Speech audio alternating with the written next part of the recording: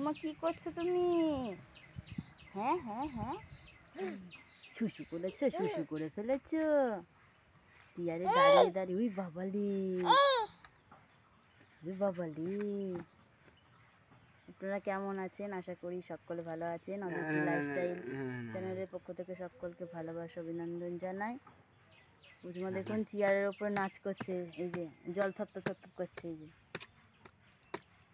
দেখতে পাচ্ছেন কি নাচ পুচুমায়ের। না না না না না, ধরো ধরো ধরো। আপনি